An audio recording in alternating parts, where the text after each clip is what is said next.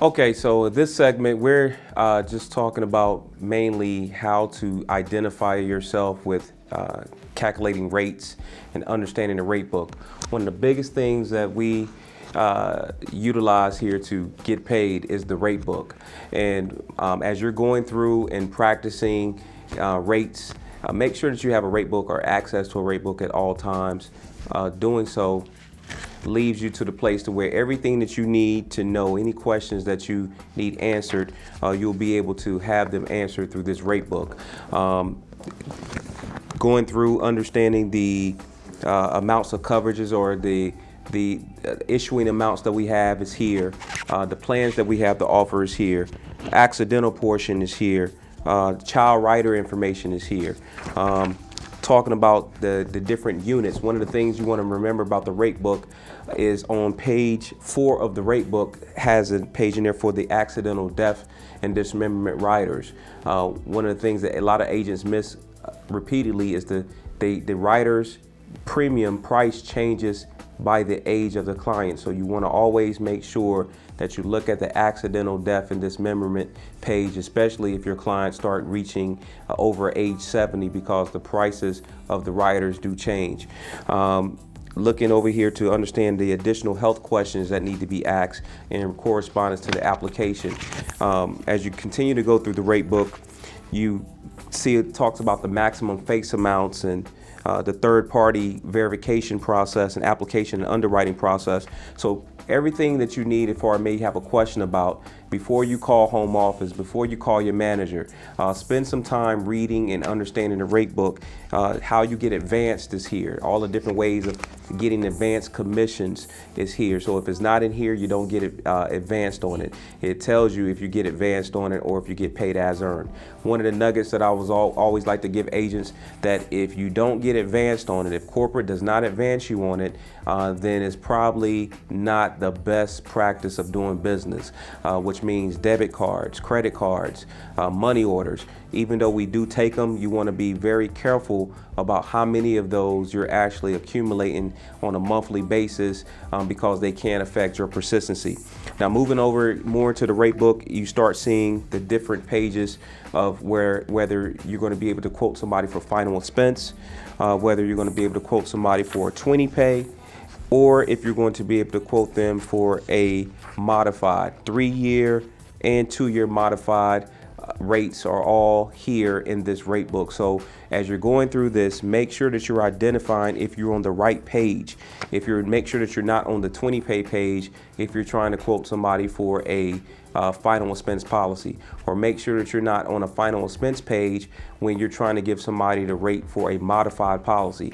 It can change the dynamics of your policy if you're not looking carefully and getting familiar with that. At the top of it, it also identifies female and male, and if they're smoker or non-smoker. So just make sure that you're highlighting these things in your rate book and being able to identify that. Now, one of the examples I want to give you real quickly, so that way you can practice, especially if you have not been to the training class, or if you've already been to the training class and you still need a little bit more practice with calculating a rate. If you have your rate book or have access to one, let's go through an example real quickly, which gives us an example of a 45-year-old female, okay? So we're gonna have a 45-year-old female, okay? She's a non-smoker, and she qualifies for final expense. Okay, so 45-year-old female, non-smoker, final expense. What I do is I open up my rate book to final expense. I look on the side of my rate book where it says 45 female, non-tobacco. We calculate everything off of the PAC, which stands for pre-authorized checking.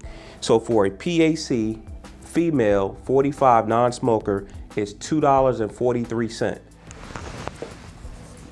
per thousand. Okay. Once I do that, I can now close up my rate book, because now I'm getting ready to figure out for this client how much coverage I'm able to get for her. Okay. Let's just say this client is on a $50 a month budget, okay? Because our average application is $50. So the best way to calculate this, to be able to give her the options to see what's going to be best suited for her in her comfort zone to get a face amount, is that you take the $50, which is her budget,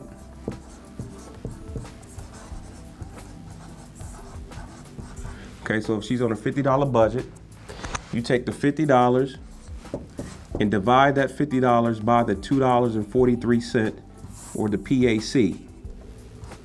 Okay?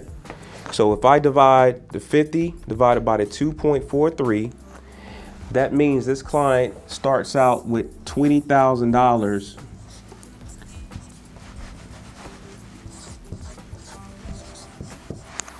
of coverage. That's the max that she can get for $20,000. Now, what I like to do a lot of times is I like to show something just a couple dollars over, something dead on, and something just a little bit under their budget, just in case they're really not able to do the $50 per month, or if they're able to do a little bit more than the $50, I'm showing them basically how much they can get. So in a scenario like this, because really we want to draw them in the middle, I may take this number and I may change this to show her what, 25. I may drop here and show her what, 20. And then I may drop here. Let's just do a little here. Let's just say 23,000, 20. And then I might show 18.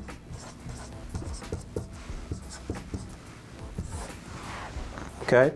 So now you have the three options. So all the thing you have to do to simplify this is you take the $2.43